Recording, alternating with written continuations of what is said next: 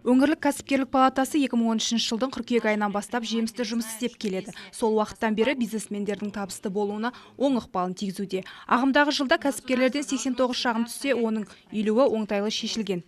Көбіне кәсіпкерлер біздің палатаға кеш хабарласып жатады. Сонда да біз өз тарапымыздан олардың жұмыс кезіндегі қиындықтарын шешуге барымызды саламыз. Мәселен, бірер уақыт бұрын өңірдегі 22 кәсіпкердің ісі жалған деп танылған болатын.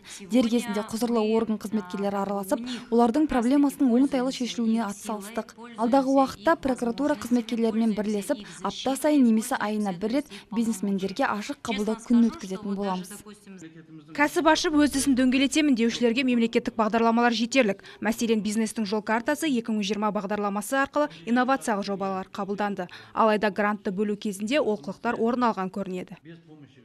Бұл бағдарлама арқылы берілетін грант тек мүгедектерге ғана үйлестіріліпті. Мүмкіндігі шектеулі жандарға басымдық берілсе де, ең алдымен облысымызға қажетті және заманауи жобаларға берілу керек.